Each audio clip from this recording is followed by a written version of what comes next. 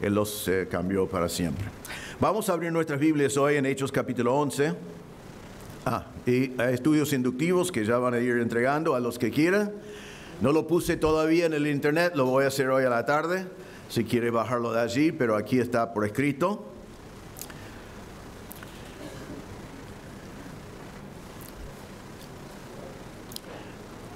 Y bueno, ya llegamos a diciembre. Es increíble, ¿no? Yo le dije que venía, porque siempre viene. Si el Señor no viene primero, ya estamos en diciembre. Y eso significa que, bueno, ya tenemos algunas semanas que van a ser anormales, pero anormales bien. Por ejemplo, la semana que viene, el fin de semana que viene, nuestro coro va a cantar 3 veces el musical en otros lugares. Y el domingo que viene van a cantar el musical a la mañana en el Talar y a la noche en Florida. Y eso significa que el domingo que viene no va a estar el coro, ni los que están en el coro, ni los que están en la música, no van a estar aquí en nuestra reunión. Así que vamos a tener las 2 reuniones y vamos a predicar, vamos a adorar al Señor, vamos a ser menos personas. Eso no importa en absoluto. Es más, es mejor, porque los que van a estar ausentes la semana que viene van a estar ausentes porque están ministrando la palabra por medio de la música en otros lugares. Así que estén orando ya por el fin de semana que viene en cuanto a eso. Y nosotros, ya que estamos en diciembre, comenzamos a enfocar un poco nuestros pensamientos también en el nacimiento del Señor, sabiendo que Jesús no nació el 25 de diciembre, pero si vamos a celebrar la Navidad, si decidís celebrar la Navidad, la celebración debe ser de la encarnación de nuestro Salvador, el Señor Jesucristo. Hoy a la tarde tenemos una asamblea anual. Esto no estoy dando avisos, eso es parte de mi introducción. Hoy a la tarde tenemos una asamblea anual, así que no tenemos la reunión de la tarde. Y bueno, ya terminamos un año de la iglesia y arrancamos con otro año de la iglesia. Este año pasado ha sido lo que hemos llamado el primer año post-pandemia, que ha tenido muchos desafíos, muchas cosas que era necesario reactivar, reiniciar, evaluar si deben haber sido reactivados o no, y marchar adelante hacia lo que siempre es nuestro objetivo, glorificar a Dios por medio de cumplir con la gran comisión. Hoy a la tarde vamos a elegir oficiales para el año 2023. También vamos a aprobar prioridades que realmente se ven reflejados en el presupuesto de la iglesia, que son las prioridades que nosotros tenemos como iglesia para el año que viene, para siempre. Y también en esta noche vamos a recibir nuevos miembros. Ahora, es un buen día entonces, elegí hoy con todo lo que está pasando, como un buen día para volver a algunos fundamentos bíblicos nuestros, fundamentos bíblicos que se aplican a nuestra iglesia. El pasaje que voy a predicar hoy, trato de predicarlo cada año o cada 2 años. No hay muchos pasajes así, realmente creo que hay 2 mensajes que yo repito. El mensaje de las 3 sillas, ustedes que son miembros saben de qué se trata, y el pasaje que voy a predicar hoy. ¿Y por qué lo repito? Porque es el fundamento de todo lo que hacemos en nuestra iglesia. Y cada año hay personas nuevas. Y cada año hay personas que no nos acordamos de todos los detalles. Yo soy uno de ellos. Cada vez que vuelvo a preparar el mensaje, me llena de gozo y también me desafía de vuelta. Y también me ayuda a también no desviarme de los fundamentos y de las cosas que la Biblia dice en cuanto a la iglesia.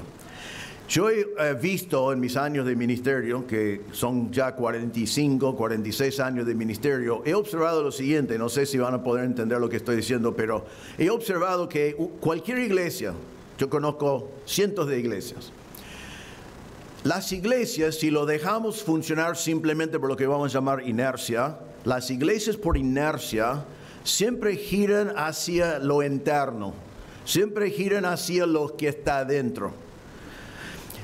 Si vamos a extendernos a ganar el mundo para Cristo, si vamos a evangelizar el mundo, no va a ser porque dejamos pasar inercia, sino tiene que ser con propósito, tiene que ser con decisiones, tiene que ser porque nos damos cuenta que la iglesia no es un lugar simplemente donde nosotros debemos estar cómodos, donde debemos tener una gran familia, es así, pero no solamente eso, no es solamente donde me siento y me ministran, es así, pero no solamente es eso, no un lugar cómodo y lindo que el Señor nos ha dado, pero no es solamente eso, pero la tendencia de toda iglesia es internalizarlo. Y tenemos que luchar contra eso porque la Biblia no habla de una iglesia que se internaliza y se olvida de lo que está allá afuera. Entonces siempre es bueno volver a mirar en el pasaje que vamos a ver hoy, que realmente por los últimos 30 y pico de años ha sido la guía en cuanto a filosofía de ministerio para nuestra iglesia. Quiero comenzar entonces con esta pregunta: ¿por qué nuestra iglesia se llama Iglesia Bautista Misionera? Sobre los años muchos han preguntado eso, a veces en la clase de los miembros me preguntan eso. Algunos creyeron que era porque había un misionero, ¿no? Y que el misionero comenzó la iglesia y dijo, voy a nombrar la iglesia por mí, así que Iglesia Bautista Misionera. No, nada que ver, nunca cruzó la mente de nadie. No es porque tenemos misioneros, no es porque enviamos misioneros solamente, sino es porque queremos ser una iglesia misionera. Y la iglesia misionera que mejor vemos en toda la palabra de Dios es la iglesia de Antioquía. La iglesia de Antioquía es la iglesia que envió los primeros misioneros. Fue utilizado por Dios para enviar a Pablo y Bernabé al mundo, y después vemos todo el libro de Hechos, qué es lo que pasó con ellos, pero fueron enviados por una iglesia misionera. Así que vamos a leer de esa iglesia en Hechos capítulo 11, versículo 19 en adelante. Dice así: Antioquía. Antioquía no era muy lejos de Jerusalén, pero era en Asia Menor, en lo que hoy en día es Turquía, en la parte oriental de Turquía. Y ya dice lo siguiente: ahora bien, versículo 19, Hechos 11, 19. Ahora bien, los que habían sido esparcidos a causa de la persecución que sobrevino después de la muerte de Esteban, llegaron hasta Fenicia, Chipre y Antioquía, no hablando la palabra a nadie, sino solo a los judíos. Pero había algunos de ellos, hombres de Chipre, de Cirene, los cuales al llegar a Antioquía hablaban también a los griegos, predicando el evangelio del Señor Jesús. La mano del Señor estaba con ellos y gran número que creyó se convirtió al Señor. La noticia de esto llegó a oídos de la iglesia de Jerusalén y enviaron a Bernabé a Antioquía, el cual cuando vino y vio la gracia de Dios, se regocijó y animaba a todos para que con corazón firme permanecieran fieles al Señor. Porque era un hombre bueno y lleno del Espíritu Santo y de fe. Y una gran multitud fue agregada al Señor. Bernabé salió rumbo a Tarso para buscar a Saulo, y cuando lo encontró lo trajo a Antioquía, y se reunieron con la iglesia por todo un año, y enseñaban a las multitudes, y a los discípulos se les llamó cristianos por primera vez en Antioquía. Por aquellos días unos profetas descendieron de Jerusalén a Antioquía, y levantándose uno de ellos, llamado Agabo, daba a entender por el Espíritu Santo que ciertamente habría una gran hambre en toda la tierra. Y esto ocurrió durante el reinado del emperador Claudio. Los discípulos, conforme a lo que cada uno tenía, determinaron enviar una ayuda a los hermanos que habitaban en Judea. Y así lo hicieron, mandándola a los ancianos por mano de Bernabé y de Saulo. En estos versículos vamos a ver hoy 4 prioridades de una iglesia misionera. 4 prioridades de una iglesia misionera, 4 prioridades de la iglesia de Antioquía, 4 prioridades de la iglesia bautista misionera de Don Torcuato. La primera prioridad se ve en versículos 19 a 21. Eso es que la primera prioridad de una iglesia misionera es que evangeliza, predica el evangelio. Dice: ahora bien, los que habían sido esparcidos a causa de la persecución llegaron a Antioquía, y dice que predicaron el evangelio del Señor Jesús. Debemos preguntarnos de dónde vino esta gente, porque en versículo 19 nos introduce la ciudad de Antioquía. Hasta este momento no sabemos nada de Antioquía. Antioquía no existe como un lugar donde hay una iglesia. Antioquía es una ciudad sin una iglesia. Antioquía es un lugar donde el evangelio del Señor Jesucristo no ha llegado todavía, después de la muerte y resurrección de Cristo. Pero la palabra de Dios dice en Hechos capítulo 8, si se acuerdan, que Esteban predicó un mensaje poderoso del evangelio a los judíos lo apedrearon, lo mataron, Y había un hombre que se llamaba Saulo, que después conocemos a él como el apóstol Pablo, pero era Saulo antes de ser salvo, y él estaba apoyando la muerte de Esteban, y él estaba yendo casa por casa buscando a los cristianos y sacándoles de su casa, persiguiéndolos, llevándolos a la cárcel, y toda Jerusalén estaba bajo esa persecución causada por Saulo y por los judíos.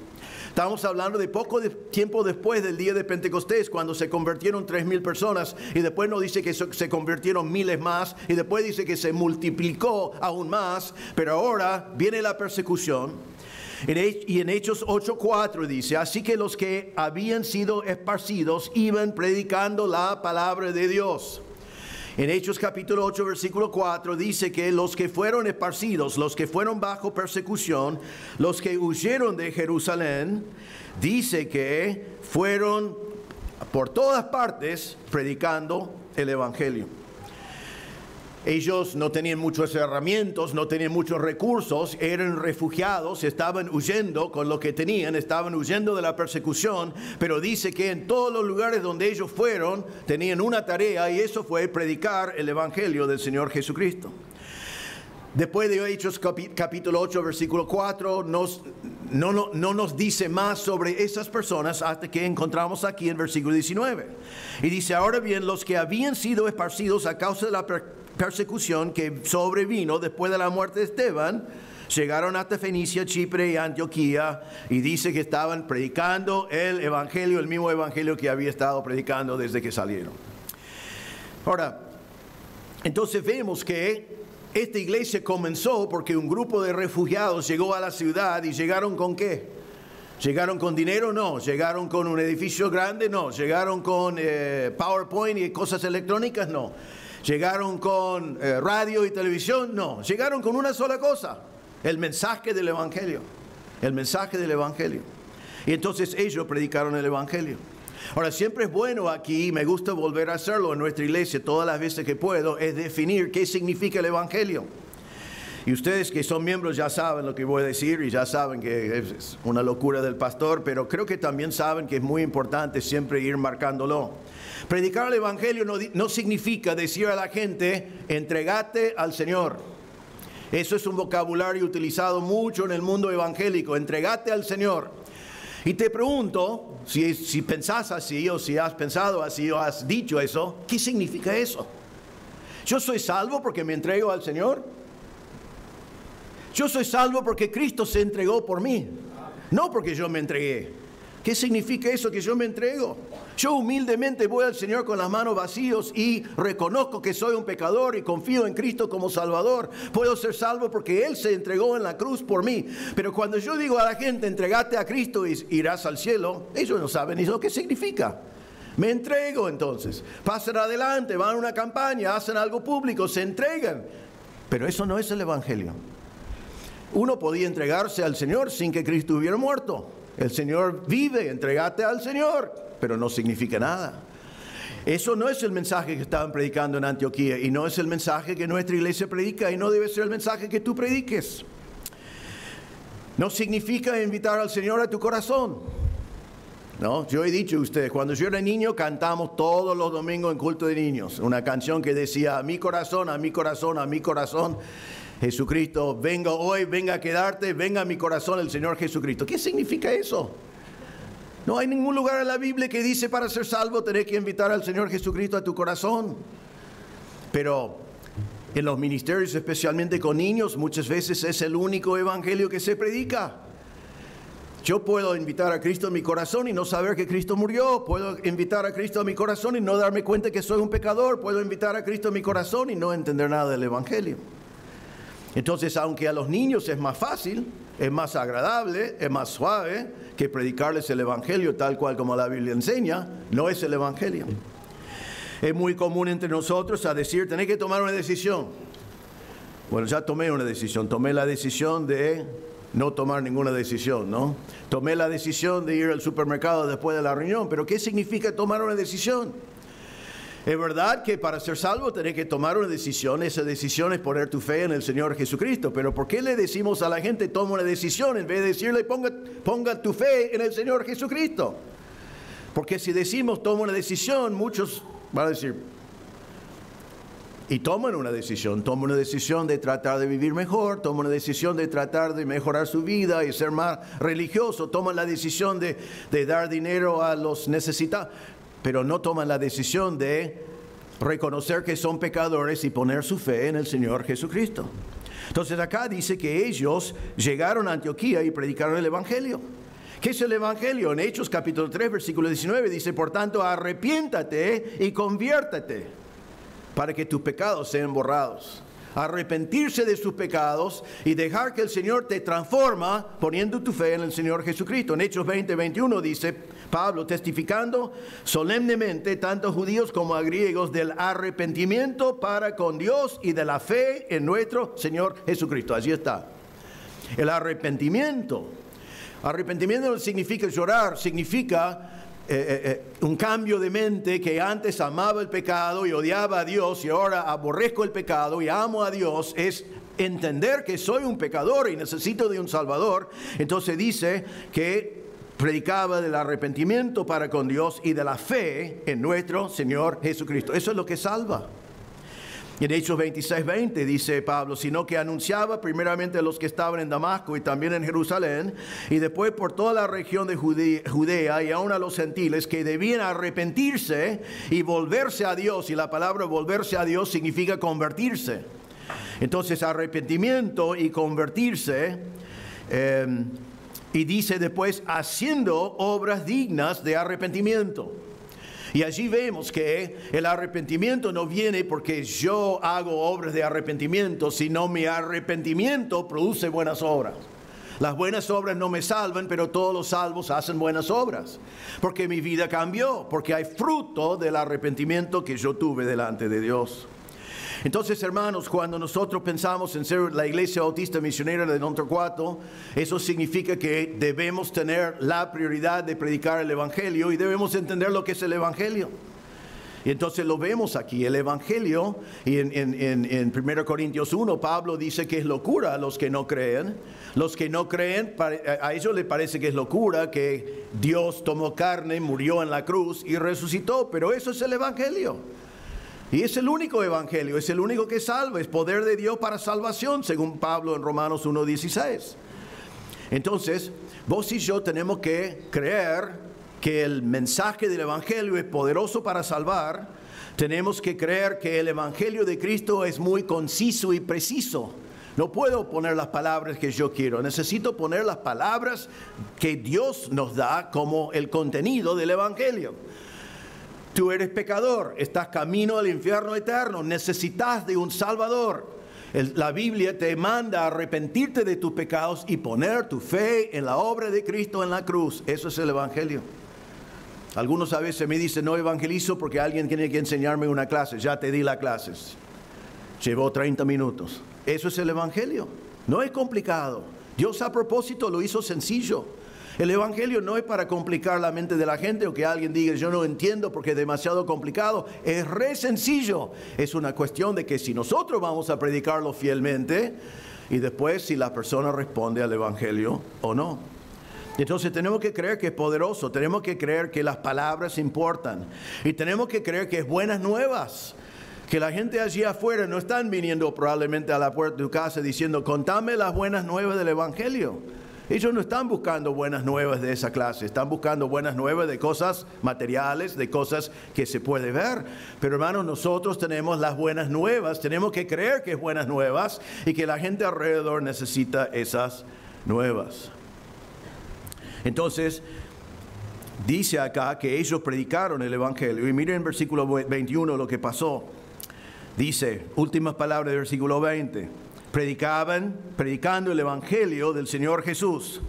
La mano del Señor estaba con ellos y gran número creyó y se convirtió al Señor. Vemos allí que el resultado de predicar el Evangelio, el resultado es que la gente cree. Y quizás vos decís, bueno pastor, pero eso no es mi experiencia. Yo predico el Evangelio y la gente no cree. Bueno, en el ministerio de Jesús la mayoría no creyeron. En el ministerio de Pablo, la mayoría no creyeron. Pero ¿saben qué? En el ministerio de Jesús, algunos creyeron. En el ministerio de Pablo, algunos creyeron. En el ministerio de Pedro, algunos creyeron. En el ministerio de los discípulos, algunos creyeron. En el ministerio de la próxima generación, con Timoteo, Tito, etc., algunos creyeron. Una cosa sabemos es que si no predicamos el evangelio, no van a poder creer. Porque la fe viene por el oír y el oír por la palabra de Dios. Entonces, es verdad que no todos van a creer, pero todos los que creen van a creer porque escucharon. En la palabra de Dios dice vez tras vez. En Hechos 14:1 dice, cuando Pablo y Bernabé entraron juntos en la sinagoga de los judíos en Iconio, hablaron de tal manera que creyó una gran multitud, tanto de judíos como de griegos. Había mucha persecución, era muy peligroso, pero predicaron y gran multitud creyó. En Hechos capítulo 16, versículo 13, ya está Pablo en Filipos y no hay una sinagoga y no hay una multitud a cual predicar, pero fue al río donde habían algunas mujeres orando y dice, el día de reposo salimos fuera de la puerta a la orilla de un río donde pensábamos que habría un lugar de oración, nos sentamos y comenzamos a hablar a las mujeres que se habían reunido. Y estaba escuchando cierta mujer llamada Lidia, de la ciudad de Tiatira, vendedora de telas de púrpura, que adoraba a Dios, y el Señor abrió su corazón para que recibiera lo que Pablo decía. En un caso predicó en la sinagoga y gran número creyó. En otra ciudad fue al río a hablar con las mujeres y una mujer creyó. En Hechos 17, 1-4 dice, después de pasar por Anfípolis y Apolonia, Pablo y Silas llegaron a Tesalónica, donde había una sinagoga de los judíos, y Pablo entró según su costumbre y por 3 días de reposo discutió con ellos basándose en las Escrituras, explicando y presentando evidencia de que era necesario que el Cristo padeciera y resucitara de entre los muertos, y diciendo, este Jesús a quien yo les anuncio es el Cristo. Algunos de ellos creyeron y se unieron a Pablo y a Silas, junto con una gran multitud de griegos temorosos de Dios y muchas de las mujeres principales. Entonces ahora él está en la sinagoga diciendo, ustedes creen el Mesías, pero no saben quién es. El Mesías es Cristo. Pero no vino para reinar ahora, vino para morir. Volverá para reinar, pero ahora vino para morir. Y dice después que algunos creyeron y muchos de los griegos creyeron y algunas de las mujeres principales creyeron. Más adelante en el mismo capítulo, Hechos 17, dice, enseguida los hermanos enviaron de noche a Pablo y a Silas a Berea, los cuales al llegar fueron a la sinagoga de los judíos. Estos eran más nobles que los de Tesalónica, pues recibieron la palabra con toda su solicitud, escudriñando diariamente las Escrituras, para ver si estas cosas eran así. Por eso muchos de ellos creyeron, así como también un buen número de griegos, hombres y mujeres de distinción. Pero cuando los judíos de Tesalónica supieron que la palabra de Dios había sido proclamada por Pablo también en Berea, fueron también allí para agitar. Entonces allí van y ellos escuchan el mensaje, escudriñan las Escrituras y muchos de ellos creen. Al final de Hechos 17, en versículo 32, Pablo ahora está en el Areópago, está hablando con los filósofos, está hablando con los que creen en Atenas ser los más sabios y los que más entendimiento tienen. Y hay un lugar allí en Atenas, el Areópago está todavía presente porque es un lugar físico, y lo llevaron a Pablo allí para discutir. Y dice así, cuando oyeron de la resurrección de los muertos, algunos se burlaban, pero otros dijeron, le escucharemos otra vez acerca de esto. Entonces Pablo salió de entre ellos, pero algunos se unieron a él y creyeron, entre los cuales estaban Dionisio el Areopagita, una mujer llamada Dámaris, y otros con ellos. ¿Qué es lo que tenemos en común en todos estos casos? Predicaron el Evangelio, en algunos casos multitudes creyeron, en algunos casos 1 o 2 o 3 creyeron, en algunos casos algunos se burlaron, pero lo que no tenemos es un caso donde predicaron el Evangelio y nadie creyó. Predicaron el Evangelio y el resultado fue la conversión de personas. Entonces, y vemos eso también en nuestro texto, otra vez en versículo 21. La mano del Señor estaba con los que llegaron a Antioquía, y gran número que creyó se convirtió al Señor. Hermanos, para ser una iglesia misionera tenemos que entender que la iglesia tiene que ser lleno de misioneros, lleno de personas que están predicando el Evangelio. Ahora, si vos decís, pastor, yo no voy a predicar el Evangelio porque algunos rechazan. Si eso es tu criterio, no prediques porque algunos van a rechazar. Quizás decís, yo no quiero predicar el Evangelio en la escuela, en mi trabajo, en mi barrio, en mi familia, porque algunos se burlan. Es verdad, algunos se van a burlar. Si ese es tu criterio, entonces no debes predicar el Evangelio. Pero eso no debe ser tu criterio. Tu criterio debe ser que el mundo necesita de Cristo y predicamos el Evangelio. Algunos rechazan, sí. Algunos se burlan, sí. Pero algunos creen.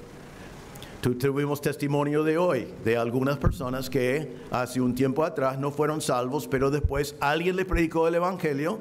Y cuando hacemos las entrevistas con los diáconos, cada uno de los que se bautizaron nos dijeron cómo fue el momento, si sabían exactamente el momento, quién les habló, qué es lo que Dios utilizó.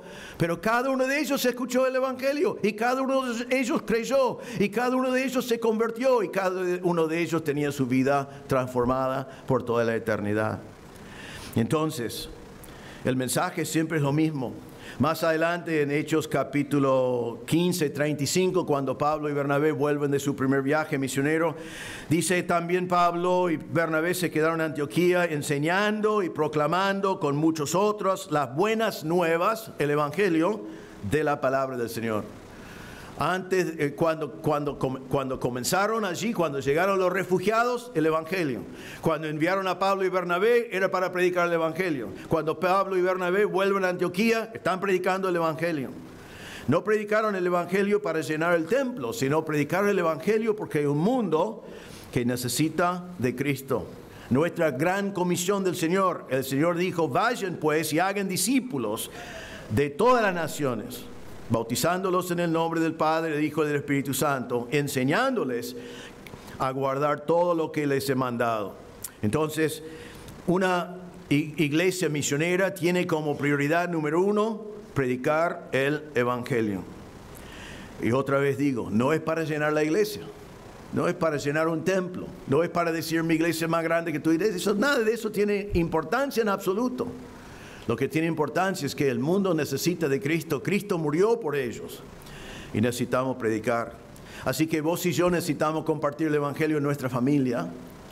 Ahora viene la Navidad. Les quiero sugerir que si en tu familia no todos son creyentes, orad que el Señor te da la oportunidad de predicar el Evangelio en su fiesta de Navidad. La gente está allí festejando. Están haciendo muchas cosas. Quizás ni se menciona al Señor, pero quizás te permitan leer de Mateo, de Lucas, la historia del nacimiento de Jesús. Quizás te permitan comentar qué significa realmente la Navidad, qué significa el nacimiento de Jesús. Predicar a tu familia. Tenemos que predicar en tu barrio. Tenés que predicar en tu trabajo. Eso significa que tenés que ser un obrero tan bueno, de tanta integridad, que después podés predicar a tu jefe y podés predicar a tus colaboradores, podés predicar a todos, porque ellos pueden ver que cuando hay presión de ser perezoso y no trabajar, cuando hay un momento cuando el jefe no mira y nadie trabaja, cuando hay un momento de hacer algo incorrecto, o cuando el jefe te pide que mientes por él, tus compañeros tienen que ver que vos sos un hijo de Dios y que vivís para la gloria del Señor. Y eso te abre puertas para predicar el Evangelio. Predicamos en nuestras casas, predicamos en los gimnasios, predicamos en el trabajo, predicamos en la escuela, predicamos cuando hacemos deportes. Y predicamos cuando hay ministerios evangelísticos en la iglesia. Como iglesia proveemos para la iglesia oportunidades como el musical navideño que viene, donde la persona al cual estás hablando de Cristo lo podés también invitar a la iglesia con el propósito de que escuchen el Evangelio de vuelta, con el propósito de abrir puertas para el mensaje poderoso del Evangelio de Cristo. ¿Y hasta cuándo hacemos eso? ¿Lo hacemos para comenzar la iglesia? ¿Lo hacemos para abrir una iglesia hija? ¿Lo hacemos hasta que el edificio está lleno? No, lo hacemos ¿hasta cuándo? Hasta que el Señor venga. Hasta que el Señor venga. Es la prioridad de una iglesia misionera. Es la prioridad de un miembro de una iglesia misionera. Porque ahora quiero decirles esto antes de pasar a la segunda prioridad. No podemos tener una iglesia misionera con la prioridad de evangelizar si los miembros de la iglesia misionera no tienen la prioridad de evangelizar. La prioridad de la iglesia es el conjunto de la prioridad de todos nosotros. Entonces tenemos que entender que Dios quiere que seamos una iglesia misionera y Dios quiere que vos y yo como miembros estemos predicando el Evangelio. Así que, en primer instante, la primera prioridad es una iglesia que evangeliza, con miembros que evangelizan, pero te pregunto a ti, ¿qué es tu prioridad? ¿Eso es una prioridad tuya en la escuela? ¿Es una prioridad tuya en el trabajo? ¿Es una prioridad tuya en los deportes que haces? ¿En el lugar donde estés? ¿Y cómo se ve?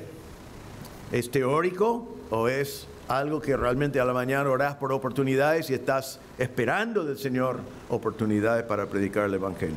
Ellos comenzaron la iglesia a predicar el Evangelio, siguieron predicando el Evangelio y el Señor les dio buen resultado. Segunda prioridad, una iglesia misionera evangeliza y en segundo lugar, una iglesia misionera tiene la prioridad de servir a Dios para la gloria de Dios. A servir al Señor para la gloria de Dios. Vamos a leer de versículo 22 en adelante. Dice, la noticia de esto, ¿de qué? De que multitudes creyeron, de que Dios está haciendo una gran obra en Antioquía. Versículo 22. La noticia de esto llegó a oídos de la iglesia de Jerusalén y enviaron a Bernabé a Antioquía, el cual cuando vino y vio la gracia de Dios, se regocijó y animaba a todos para que con corazón firme permanecieran fieles al Señor, porque era un hombre bueno y lleno del Espíritu Santo y de fe, y una gran multitud fue agregada al Señor. Bernabé salió rumbo a Tarso para buscar a Saulo. Vamos a parar allí. Entonces no es solamente, no estamos diciendo aquí, no vemos en este pasaje simplemente que una iglesia misionera tiene hermanos, miembros que sirven al Señor. Eso sí es verdad. Pero no es solamente eso. Quiero que observen que hasta versículo 22, cuando la iglesia de Jerusalén manda a Antioquía a Bernabé, en versículo 19 a 21 ya comenzamos con una ciudad sin una iglesia, una ciudad sin el Evangelio. Llegan los refugiados, predican el Evangelio, un gran número cree, y debemos pensar en nuestros términos, ya hay una iglesia grande en Antioquía. Y si fuera hoy, estaríamos diciendo, ¿y quién es el pastor? Porque probablemente no lo llamamos la Iglesia Bautista Misionera de Antioquía, sino lo llamamos la Iglesia Bautista de Pastor Fulano. ¿No es así? Un gran error que hacemos siempre. Porque la iglesia de nadie es de nadie, la iglesia es de Cristo. Y aquí es muy llamativo que en estos versículos ya tenemos una gran iglesia y no se identifica ningún líder. ¿Quién es el pastor? ¿Quiénes son los pastores? ¿Quiénes son los diáconos? ¿Quiénes son los líderes? ¿Quiénes son? No sabemos. No nos dice nada. Ahora, ¿es porque no habían líderes? Yo opino que no, pero no lo sé, no dice, pero lo que pienso es que es imposible llegar a tener una iglesia grande así con todas estas cosas sin líderes. Pero no sabemos. Lo que sí sabemos es que al Espíritu Santo no le importaba comunicar a nosotros quiénes fueron los líderes, sino al propósito nos deja la idea de que Dios está haciendo una gran obra sin llamar atención a los obreros. ¿Sabe por qué? Porque los líderes, en el versículo 19 a 21, no importan. ¿Quién importa quién fue el líder? ¿Qué importa quién fue el predicador que ganó más personas para Cristo?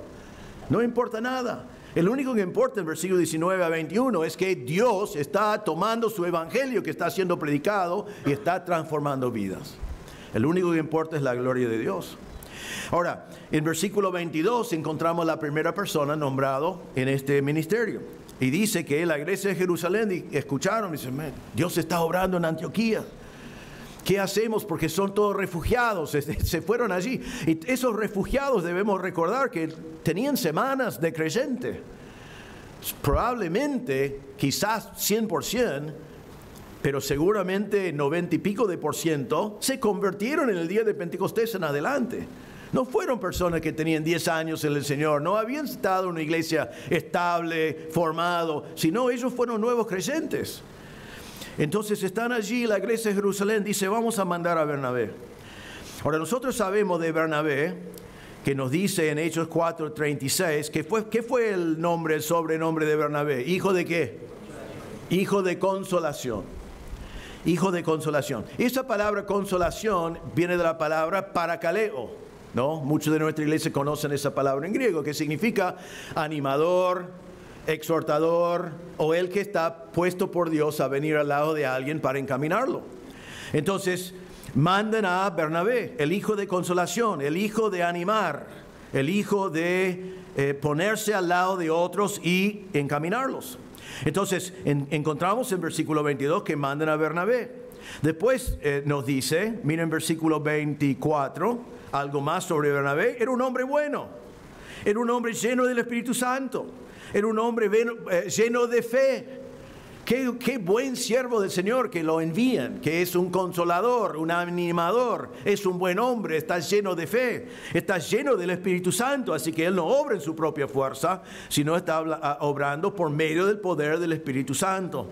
¿Y qué hace Bernabé cuando llega? Otra vez en versículo 22, dice, el cual cuando vino, versículo 23, perdón, el cual cuando vino y vio la gracia de Dios, se regocijó, ¿no?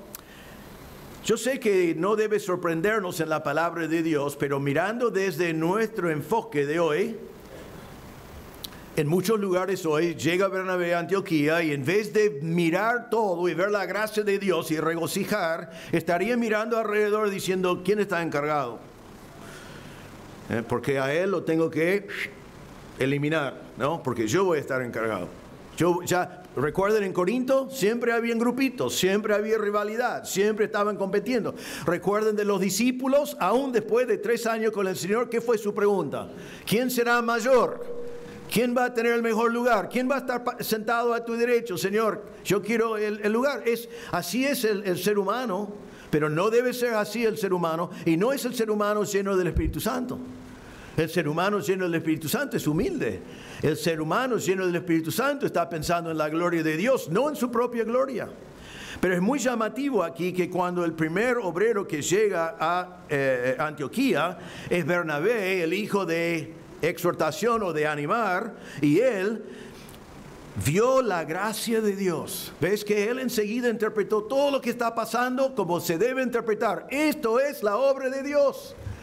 Esto no es por los hombres, esto no es porque hay alguien especial aquí, esto no es porque hay alguien importante, esto es la gracia de Dios. Todas estas personas se convirtieron por la gracia de Dios. Y entonces él se regocijó en la gracia de Dios. Hermanos, cuando vos y yo servimos al Señor, en el lugar donde esté, en la forma que sea, debemos siempre regocijarnos en la gracia de Dios.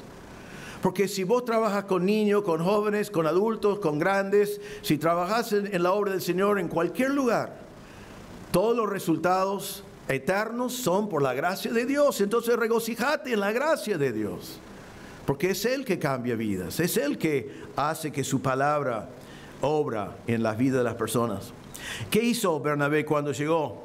Versículo 23 también, más adelante, dice, se regocijó y animaba o exhortaba. ¿Sabe lo que la palabra acá, animaba, exhortaba? Es paracaleo. El hijo de paracaleo vino para paracalear. ¿Entienden eso? La misma palabra. El hijo de exhortación vino para exhortar, el hijo de animar vino a animar, el hijo de consolar vino para consolación, vino para consolar. Se regocijó y animaba a todos, para que con corazón firme permanecieran fieles al Señor.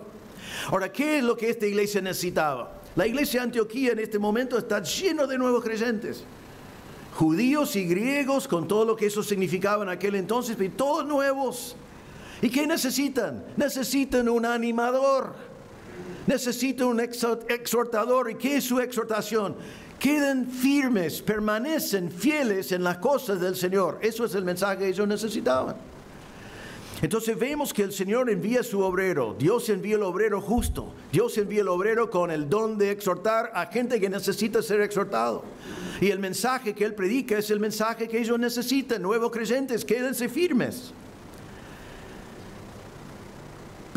Pero debemos observar esto. Esa nueva iglesia de Antioquía, cuando llegó Bernabé y comenzó a ministrar, lo dejaron ministrar. Nadie opuso, por lo que vemos. No había resistencia, no había competencia. No había nadie que dijo, oye Bernabé, ¿dónde estabas vos cuando nosotros subimos de Jerusalén? ¿Vos dónde estabas? Cuando llegamos acá y comenzamos a predicar, ¿vos dónde estabas? No, dijeron, el Señor nos mandó al Hijo de Consolación. Exhórtanos, anímanos, ayúdanos. Y mire lo que pasó. Final del versículo 24, donde dice: era un hombre bueno y lleno de Espíritu Santo de fe. Y dice así: y una gran multitud fue agregada al Señor. Quiero que observen de que predicaron el Evangelio y muchos creyeron. Llega Bernabé, no dice que Bernabé predicó el Evangelio, sino dice que Bernabé les exhortaba que permaneciesen fieles. Ahora, ¿siguieron predicando el Evangelio? Sí, pero no lo dice. ¿Cómo sé que lo hicieron? Porque acá dice que otra gran multitud fue agregada al Señor. Porque cuando Bernabé vino y les exhortaba que permaneciesen fieles al Señor, y estos nuevos creyentes siendo fieles al Señor y siguiendo predicando el Evangelio, ¿qué pasó? Más personas creyeron, más personas creyeron, más personas creyeron. Recuerden en el libro de Hechos capítulo 6 que tenían esa división entre las viudas hebreas y las viudas judías, pero que fueron de la dispersión. Podía haber dividido la iglesia. Era un peligro tremendo. Pero pusieron diáconos o diaconías, voy a decir así, diáconos en griego, pusieron siervos, atendieron las mesas, se dedicaron a la palabra de Dios y la oración, y entonces en vez de dividirse, la iglesia creció. Se agregó otra multitud. Y lo que quiero proponer que vemos acá es que cuando los líderes utilicen sus dones y trabajen con humildad como Bernabé, y cuando la iglesia deja a las personas, les ministran con sus dones, el resultado que vemos acá es más crecimiento, más crecimiento. Ahora, pero vemos más todavía en este punto sobre la humildad de Bernabé, porque ahora miren el versículo 25, dice: Bernabé salió rumbo a Tarso para buscar a Saulo, y cuando lo encontró, lo trajo a Antioquía. Ahora, si Bernabé no hubiera sido un hombre humilde, entonces aquí tenemos que decir que era un hombre tonto. Entonces, si no hubiera sido humilde, tendríamos que decir que era un hombre tonto. Porque ¿qué encontramos en la palabra de Dios? Cuando habla de Bernabé y Pablo, la Biblia dice Bernabé y Pablo, Bernabé y Pablo, Bernabé y Pablo. ¿Y qué dice después? Pablo y Bernabé, Pablo y Bernabé, Pablo y Bernabé. Bernabé, al buscar a Saulo, que es el apóstol Pablo, y traerlo a Antioquía, en este momento ya el único líder que conocemos es Bernabé. El pastor de la iglesia, aparentemente, por lo que podemos entender, entonces es Bernabé. Y Bernabé ahora tiene la oportunidad de pasar el resto de su vida pastoreando esta gran iglesia. Ya poder tener su canal de televisión, su radio, su 0 kilómetro y todas las cosas que uno a veces quiere en el ministerio equivocadamente. Pero ¿qué hace él? Él dice: yo he exhortado a estos nuevos creyentes, pero ahora necesitan el mejor maestro que yo pueda encontrar para ellos. Y yo sé quién es eso, es este Saulo que antes no conoció a Cristo, pero ahora se convirtió y es el mejor maestro. Yo voy a ir a su ciudad, le voy a buscar, le voy a traer acá. Y cuando lo trajo, enseñaron a los hermanos por un año. Bernabé servía al Señor, pero no con soberbia. Sirvió al Señor con humildad. Sirvió al Señor para la gloria del Señor. Él no dijo: si traigo a Pablo, la gente va a querer más a Pablo que a mí. Él no dijo: si traigo a Pablo, van a decir que es mejor maestro que yo. Sino él dijo: esta obra de Dios necesito un maestro. Voy a traer a Pablo. Porque esto no me interesa lo que la gente piense de Bernabé. Lo que me interesa es lo que la gente piense del Señor Jesucristo. Entonces, hermanos, es muy importante para ser una iglesia misionera que siempre entendemos que la iglesia existe para la gloria de Dios y que todos nosotros debemos servir al Señor, debemos estar trabajando para el Señor, debemos estar haciendo cosas para el Señor, pero nunca, jamás para llamar la atención a nosotros mismos. Nunca, jamás para que los niños dicen: mi maestro favorito sos vos. ¿Por qué? Porque yo te traigo caramelo. O sea, en algunos casos es así, ¿no? No. Yo quiero ser el mejor maestro que puedo ser para la gloria de Dios, no el mejor maestro que vos o que vos o que vos. Sino simplemente quiero ser el mejor maestro que puedo hacer para que Dios sea glorificado. Y si por 10 años en mi iglesia estoy considerado el mejor maestro y después el Señor trae a alguien que enseña mejor que yo, ¿qué? Fusilarlo, ¿no? Eso es lo que hacen algunos. No, gloria a Dios, amén. Y si mi discípulo me supera, gloria a Dios. La Biblia dice, Pablo dijo en Romanos 12:16, tengan el mismo sentir unos con otros, no sean altivos en su pensar, sino condescendiendo con los humildes, no sean sabios en su propia opinión. Considérate humilde, ponete con los humildes, humillate. Romanos 12:3, más fuerte quizás, porque en virtud de la gracia que me ha sido dado, digo a cada uno de ustedes que no piense de sí mismo más de lo que debe pensar, sino que piense con buen juicio, según la medida de fe que Dios ha distribuido a cada uno. La Biblia no dice que debemos andar por allí diciendo, miren, soy humilde, pobre de mí, yo no tengo nada por ofrecer. Sino la Biblia dice que debo pensar sanamente de mí mismo. El Señor me salvó, el Señor me dio dones, puedo utilizar esos dones en una manera tremenda, de una manera para la gloria de Dios, que Dios puede utilizarme en gran manera. Pero yo debo siempre recordar de dónde vino ese don. ¿Quién es el que me utilizó grandemente? Debo siempre mantenerme ubicado bien, humildemente delante del Señor y dar toda la gloria a Dios. Entonces, vos y yo tenemos que ser como Bernabé. Primero, cada uno de nosotros que conocemos a Cristo como Salvador debemos estar sirviéndole. Debemos tener algún ministerio. Debemos estar tratando de entender cuál es mi don y tener mi lugar de servir al Señor. No queremos que nadie viva en la iglesia. No queremos que abandonen sus trabajos para estar todo el tiempo en la iglesia, porque tienen otras responsabilidades delante de Dios también. Pero cada uno de nosotros debemos estar sirviendo al Señor en la iglesia local. Cada uno de nosotros debemos estar utilizando nuestros dones. Pero aquí el punto es más que eso. Eso es ya como un hecho. Todos debemos estar sirviendo al Señor. ¿Pero cómo? Con humildad. Y siempre para la gloria de Dios. Si hacemos eso, nunca va a haber rivalidades, nunca va a ser grupitos, no vamos a ser nunca Corinto, sino vamos a experimentar lo que vemos aquí. Que vino Bernabé, crecieron más. Vino Saulo, crecieron más. Siempre siguieron creciendo, porque sirvieron al Señor con humildad. Tercera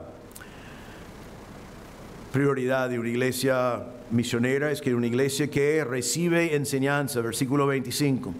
Dice, Bernabé salió rumbo a Tarso para buscar a Saulo, y cuando lo encontró, lo trajo a Antioquía, y se reunieron con la iglesia por todo un año, y enseñaban a las multitudes, y a los discípulos se les llamó cristianos por primera vez en Antioquía. Viene Pablo, y ahora Bernabé y Pablo están allí. ¿Qué están haciendo? Están congregando a la gente y enseñándolos. Dice allí, se reunieron con la iglesia.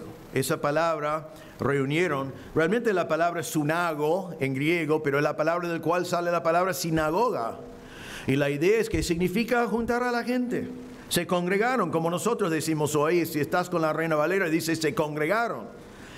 Está diciendo que tomaron ese grupo de hermanos, los congregaron y los enseñaron.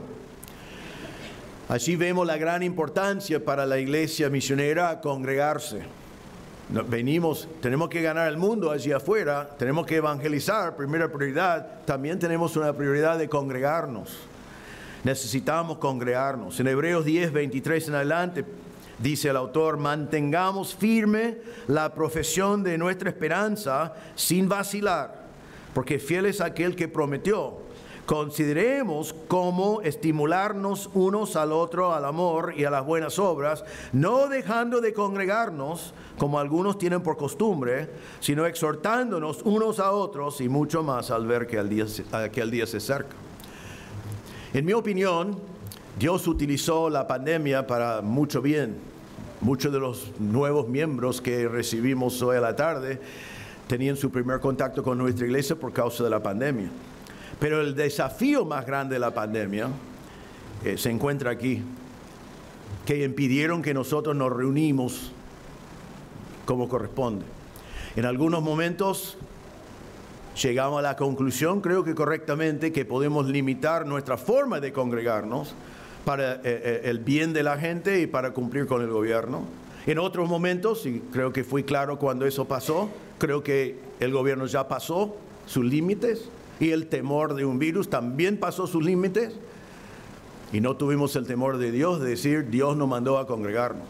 Porque aquí en Hebreos 10 marca la gran importancia de eso. Mantengamos firme la profesión sin vacilar, sin fluctuar. ¿Qué es lo que el Señor nos da para eso? Congregarnos. Y cuando nos congregamos, ¿qué tenemos que hacer? Estimularnos al amor, estimularnos a las buenas obras, exhortarnos unos a otros. Y si no estamos reuniéndonos, entonces algunos van a vacilar y algunos han vacilado. Hay unos cuantos de la iglesia que vamos a decir que perdimos en el tiempo de la pandemia. Se vacilaron, así dice la palabra de Dios. Es lógico que va a pasar eso. Pero dice en Hebreos, no dejando de congregarse, como algunos tienen como costumbre. Y no usamos ese versículo como mandato a decir, hermano, congregate, congregate, congregate. Sino el pasaje dice, sé sabio, congregate. Necesitas que otros te estimulen a buenas obras y al amor. Y tú necesitas estimular a otros a buenas obras y el amor. Nos necesitamos. Y vas a ser más débil espiritualmente si no te congregas. Pero volviendo a nuestro texto, dice que los reunieron acá y dice que los enseñaron. Los enseñaron en versículo 25. Se reunieron con la iglesia por todo un año y enseñaban a las multitudes. Enseñaron. Dedicamos mucho tiempo a la enseñanza porque la palabra de Dios nos indica que así debe ser. En Hechos 2:42 dice que cuando al principio de la iglesia, cuando recién comenzó, dice, y se dedicaban continuamente a las enseñanzas de los apóstoles. Perseveraban en la doctrina de los apóstoles, perseveraban en la enseñanza. En 2 Timoteo 4 dice, predicar la palabra a tiempo y fuera de tiempo. Enseñamos la palabra de Dios. Entonces ellos aquí enseñaron la palabra de Dios a esta iglesia. Y mire el resultado en este caso. Dice, y los discípulos se les llamó cristianos por primera vez en Antioquía. Nosotros conocemos la palabra cristianos. Es más, hoy en día los que dicen que son cristianos, muchos no son. Pero esa palabra no existía hasta Antioquía en este pasaje. ¿Y por qué los llamaron cristianos? Los llamaron cristianos porque estaban portándose como Cristo. Eran discípulos de Cristo. En la enseñanza que recibieron estaban haciendo que se conformaron cada vez más a la imagen de Cristo, como nos dicen Romanos. Ellos estaban obedeciendo a Cristo, haciendo lo que dice en la gran comisión, que Jesús dice que guarden todas las cosas que Él os he mandado. Estaban guardando las cosas que el Señor les mandó, y la gente afuera estaban diciendo, ¿estos quiénes creen que son? ¿Cristos? Están viviendo de acuerdo con los mandatos de Dios, viviendo de acuerdo con los ejemplos de Cristo. Y entonces la gente los llamó cristianos por primera vez. Eso me indica lo siguiente, no solamente que enseñaron, todas las iglesias que conozco hay gente que enseña. Y es importante eso, y que enseñamos la palabra de Dios, no lo que piensa el hombre. Pero no toda iglesia es enseñada, porque para que haya enseñanza hace falta que alguien enseñe, que alguien aprende. Y para aprender, yo puedo decir por mí mismo, y creo que vas a estar de acuerdo conmigo, yo puedo estar en un lugar donde enseñan muchas cosas, yo puedo salir sin aprender nada. Eso depende de mí, eso depende de mi interés, eso depende de mi atención, eso depende de mi compromiso. Pero vemos que esta gente de Antioquía escucharon la enseñanza porque su testimonio fue tan fuerte como resultado que todo el mundo alrededor dijeron, ¿qué le pasa a esta gente? Parecen a Cristo. Están viviendo de acuerdo con los principios de Cristo. Hermanos, una iglesia misionera nunca deja de aprender. Nunca deja de aprender. El nuevo creyente quiere aprender y el creyente de 50 años quiere aprender. Porque si eres creyente de 50 años y crees que ya lo entendés, pobre de ti. Realmente pobre de ti es lo único que puedo decir. Porque no sabemos nada todavía.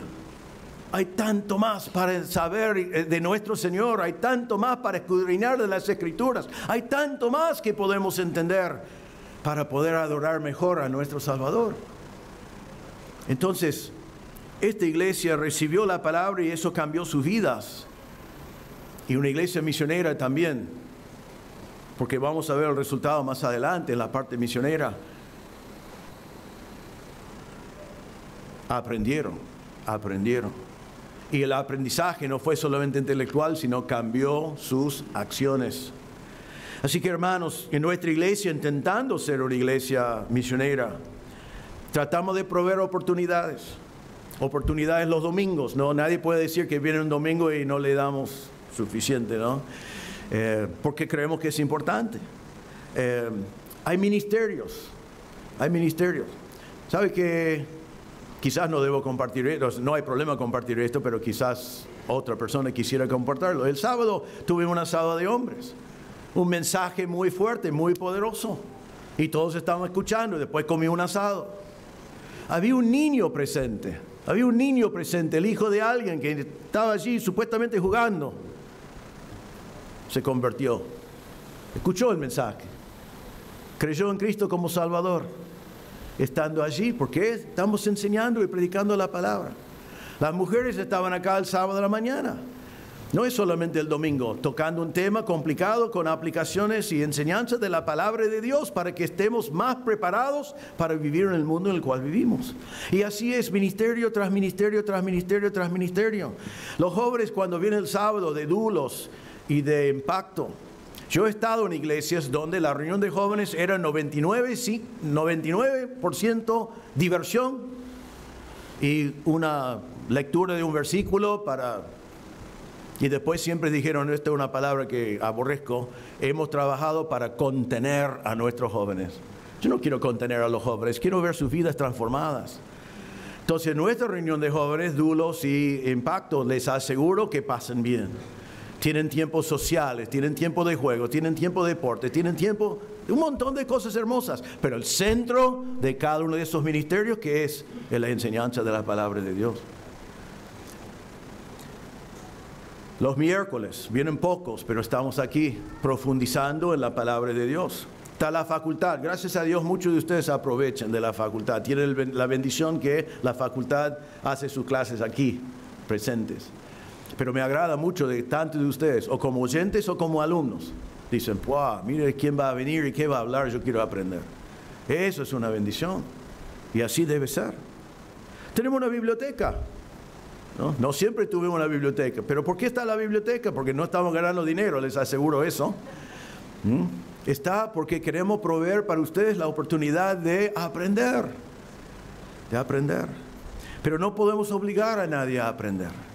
Pero hermanos, si vamos a hacer una iglesia misionera, una iglesia donde ser cristiano significa más que algo cultural, una iglesia donde estamos cada día más conformes a la imagen de Cristo, ustedes tienen que asegurar que del púlpito en todos los ministerios siempre se enseña la palabra de Dios, pero también tenés que asegurar que vos venís a todas esas oportunidades posibles porque querés aprender, querés dejar que la palabra de Dios impacte tu vida. Requiere humildad decir, soy creyente por tantos años y necesito todavía aprender. Pero necesitamos esa humildad porque todavía nos falta un montón. Hasta que estamos en la presencia del Señor va a haber cosas para aprender y creo que allí también va a haber. Última prioridad, la iglesia misionera. Una iglesia misionera tiene la prioridad de dar. Ahora algunos, ya viene, ¿no? Ya viene. Bueno, va a venir lo que está en el texto. Una iglesia misionera tiene la prioridad de dar. Mire lo que dice en versículo 27. Por aquellos días, unos profetas descendieron de Jerusalén a Antioquía y levantándose uno de ellos, llamado Agabo, daba a entender por el Espíritu Santo que ciertamente habría una gran hambre en toda la tierra, y esto ocurrió durante el reinado del emperador Claudio. Los discípulos de Antioquía, los discípulos jóvenes, los discípulos que ahora son llamados cristianos, los discípulos que han aprendido. Dice, los discípulos, conforme a lo que cada uno tenía, determinaron enviar una ayuda a los hermanos que habitaban en Judea, y así lo hicieron, mandándola a los ancianos por mano de Bernabé y de Saulo. La iglesia misionera sabía dar de sus bienes. Ahora, Quiero que observen algo acá, porque nosotros siempre queremos enseñar esto exactamente como la palabra de Dios dice. No dice en versículo 29, entonces obligaron a los hermanos a poner una ofrenda. No dice eso. No dice, entonces dijeron un diezmo doble este mes para que podamos mandarlo a Jerusalén. No dice eso. No dice en versículo 21, entonces presionaron a los hermanos a vender cosas y traerlas. No dice eso. Mire lo que dice. Los discípulos, conforme a lo que cada uno tenía, ¿sabe lo que significa eso? Que si alguien tenía mucho dinero, trajeron mucho dinero. Si alguien tenía poco dinero, trajeron poco dinero. Y sabe que para el Señor era exactamente igual. ¿Sí? ¿Está claro eso? Fue igual. Ahora, claro, Dios utilizaba las dos cosas, porque Dios utiliza las dos cosas en distintas maneras, pero delante de Dios, como Él enseñó con la viuda, que puso todo lo que tenía, que Dios no está buscando nuestro dinero, Dios está buscando nuestro corazón. Siempre tenemos que recordar de eso. Entonces, versículo 29, los discípulos, conforme a lo que cada uno tenía, determinaron enviar una ayuda. ¿Quién determinó? Cada uno determinó. ¿Y qué determinó? Determinar significa que tomó una decisión. Miraba en lo que tenía, miraba en la necesidad, determinó. Es lo que dice en 2 Corintios, ¿no? Que cada uno dé como propuso en su corazón. Así que la iglesia misionera, una iglesia misionera, tiene la prioridad de dar, pero no da porque hay un diezmo, porque bíblicamente hoy en día no hay un diezmo, no da porque la iglesia le presiona, no da porque levantamos 20 ofrendas, nadie sabe quién ofrenda nada, es entre vos y Dios. Pero una iglesia misionera ve una necesidad en otra iglesia y dice, yo quiero ayudar, son mis hermanos, están en Jerusalén. Entonces determinaron ayudar. Ahora, ¿qué significa? Y versículo 30, y así lo hicieron. No solamente hablaron, lo hicieron. Ahora, gracias a Dios en la historia de nuestra iglesia hemos podido hacer eso muchísimas veces. Y como saben, he predicado esto muchas veces en nuestra iglesia y el peligro es que las listas no van cada vez más largas. Pero hemos tenido el privilegio, es un privilegio, de ofrendar y también enviar obreros a lugares como Junín, 2 veces en Junín para hacer su templo, en Neuquén varias veces, Monterrey, México, en Bowen, San Rafael, todas nuestras iglesias hijas, hemos podido ofrendar y hemos podido ir a edificar, Alemania, Brasil, México, últimamente en el norte, en El Cano, en Ojo de Agua, o así se llama, Ojo de Agua. Son grandes oportunidades. Hoy en la asamblea vamos a proponer delante de la iglesia una ofrenda para la obra en El Cano, para que ellos puedan levantar paredes y seguir adelante con su templo. ¿Por qué podemos proponer eso hoy en la congregación que votamos eso? ¿De dónde vino ese dinero? Ese dinero vino de los hermanos que han ofrendado porque queremos ver la extensión del evangelio a lugares más allá de nuestras paredes. Amén. Y siempre ustedes han votado a favor de esas cosas con sabiduría y entendiendo bien cómo son las cosas, porque queremos ser una iglesia misionera, queremos ver que la obra crece por otros lugares. A veces hay iglesias que tienen la tendencia de ofrendar solamente por cosas que son palpables. Por ejemplo, vamos, eso es teórico, ¿no? Pero uno puede decir, vamos a levantar una ofrenda y tenemos que decidir si va a ser para aire acondicionado, para el templo, o para enviarlo al Cano para que compren ladrillos. Uno dice, bueno, definime cuál es, porque si es el aire acondicionado, ¿sabe qué? Yo no aguanto el calor, me gustaría tener el aire acondicionado, entonces voy a poner mucho dinero en eso porque yo quiero el aire acondicionado. Pero el Cano, nunca voy a visitar el Cano. Que se arreglan. ¿Qué me importa? No es algo que yo disfruto. Ahora, yo sé que muchos de ustedes me están mirando diciendo, ¿por qué me está diciendo esto? Porque no es la actitud de nuestra iglesia, gracias a Dios. Pero muchas iglesias sí es. Pero qué importante es enviar, como acá enviaron una ofrenda a Jerusalén y llegó a Jerusalén y fue una bendición, y la Biblia nos habla de cuánta bendición fue en otros pasajes, cómo Dios fue glorificado por esa ofrenda y cómo las necesidades fueron suplidas por esa ofrenda, pero la gente de Antioquía simplemente lo enviaron para la gloria de Dios y fue allí para ser utilizado. Y gracias a Dios nosotros también, ustedes, En esto solo puedo decir que gracias a Dios que tenemos esa actitud, pero es algo que podemos hacer porque una iglesia misionera tiene que ser lleno de personas que tienen las mismas prioridades. La prioridad de dar para la gloria de Dios y para la obra de Dios, para la extensión del Evangelio, para suplir necesidades de otros hermanos. Y aquí, como vemos, depende de cada uno, porque dice conforme a lo que cada uno tenía. La ofrenda fue de parte de la iglesia, pero la ofrenda entró por medio de los hermanos. Entonces, una iglesia misionera tiene la prioridad de dar para la extensión del Evangelio, pero también tiene la prioridad de dar una cosa más, y eso es dar de sus líderes. Vayan a capítulo 13, y ya con esto terminamos, pero esto es sumamente importante. ¿Conocen este pasaje? Hechos capítulo 13, estamos en Antioquía, y dice así: en la iglesia que estaba en Antioquía había profetas y maestros, Bernabé, Simón llamado Níger, Lucio de Cirene, Manaén, que se había criado con Herodes el tetrarca, y Saulo. Mientras ministraban al Señor y ayunaban, el Espíritu Santo dijo: aparten a Bernabé y a Saulo para la obra a la que los he llamado. Entonces, después de ayunar, orar y haber impuesto las manos sobre ellos, los enviaron. Ahora estamos en Antioquía, la iglesia ha crecido, la iglesia es grande, Dios está obrando. Y nos nombra 5 líderes en versículo 1 que están ministrando al Señor. Y toda marcha bien, y todos están contentos, y todos deben haber sido cómodos. ¿Y qué pasa? El Espíritu Santo dice: apartadme a Pablo y a Bernabé para la obra al cual los he llamado.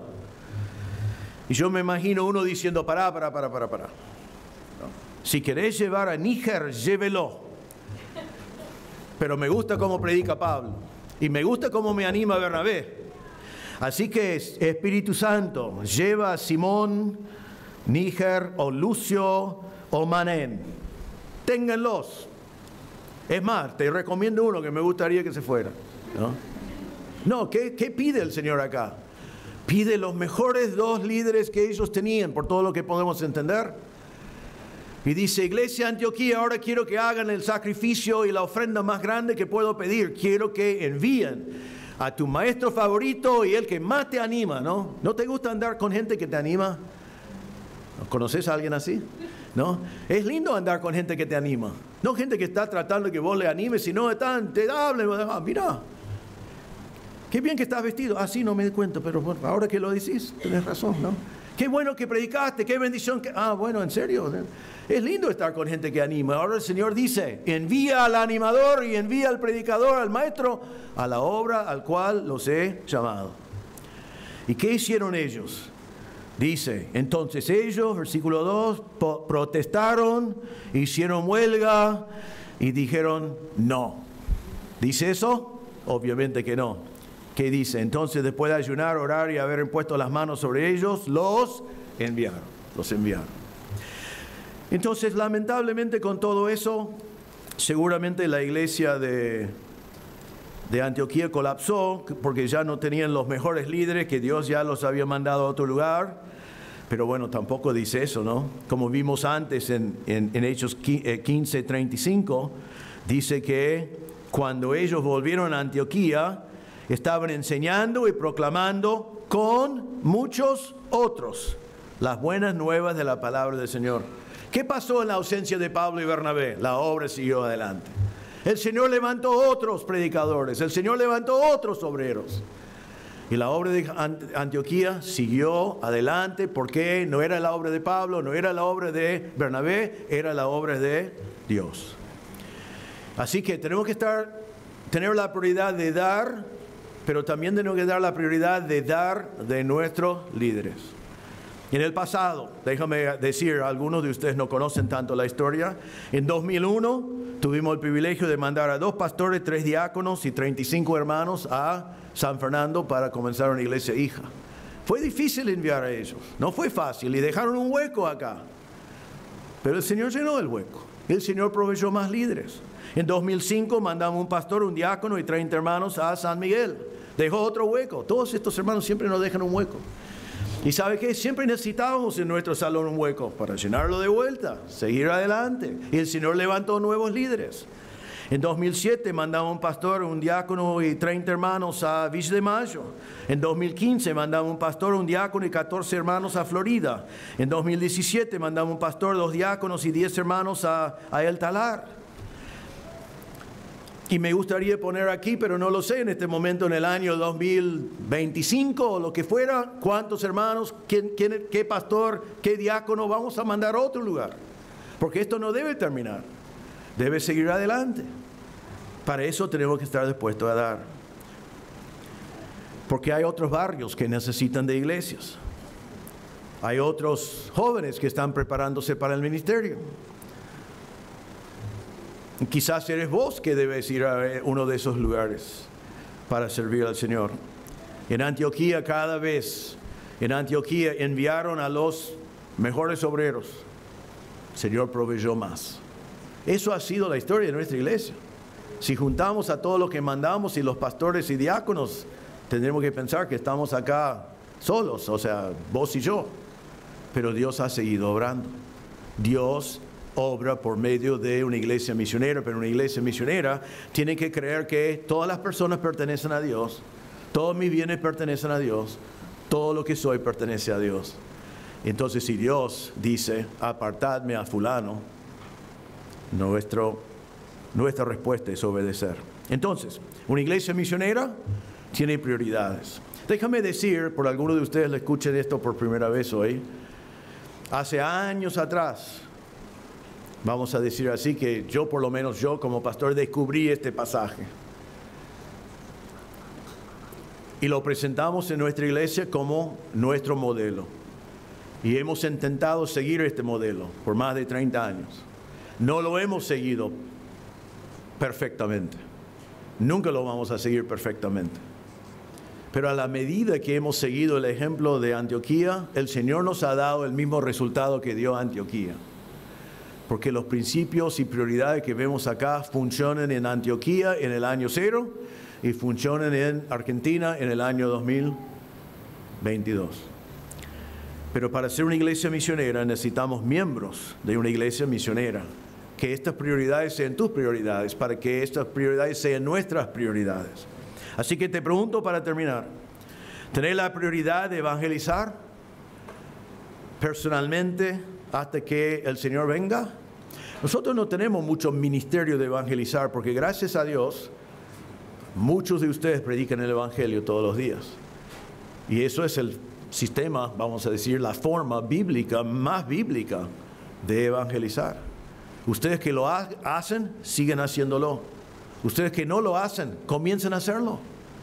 Porque la gente se convierta por medio de la fe, viene por el oír y el oír por la palabra de Dios. Y después ese pasaje en Romanos dice, pero ¿cómo oirán si no hay un predicador? Los predicadores somos nosotros. Predicamos el evangelio para que tengamos una iglesia misionera. Segundo, ¿cómo es tu servicio? Realmente Dios espera que cada hermano de la iglesia esté sirviendo al Señor. Pero ¿cómo es tu servicio? ¿Estás sirviendo? ¿Estás sirviendo? No estamos hablando de 40 horas por semana, estamos hablando porque Dios quiere que seas un buen padre, Dios quiere que seas una buena madre, Dios quiere que seas un buen obrero, Dios quiere que provees para tu familia, Dios quiere que cuide de tu salud. Dios nos dio un montón de responsabilidades, pero uno es de servir al Señor. Pero más allá de eso, ¿cómo es tu servicio al Señor? ¿Estás dispuesto a servir donde nadie lo ve? ¿Estás dispuesto a limpiar sabiendo que nadie sabe quién limpió? ¿Estás dispuesto a servir cuando nadie te agradece? ¿Estás dispuesto a servir simplemente para que Dios sea glorificado? Porque eso es el servicio que agrada al Señor. Y es esa humildad que Dios utiliza en una iglesia. Hoy allí atrás hay hojas de ministerio para el año 2023. Ya estamos en esa fecha. Si eres nuevo y no sabes lo que es, retira uno y después consultar. Te vamos a explicar mejor cómo es. Pero llévelo, orad sobre eso. Entregámelo antes de la Navidad. Algunos, siempre hay 20 que tengo que buscar en sus lugares de vacaciones en el medio de enero. ¿No? ¿Dónde estás con la hoja? Ay, pastor, aquí lo tengo. Orad. Comprométete delante de Dios, entregámelo y servimos juntos al Señor el año que viene.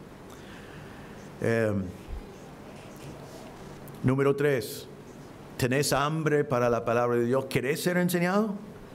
¿Aprovechás de las oportunidades que hay? ¿Quieres conocer mejor la revelación de Dios? ¿Aprovechás cuando grandes hombres de Dios vienen para enseñarnos? El Señor nos ha bendecido mucho en eso.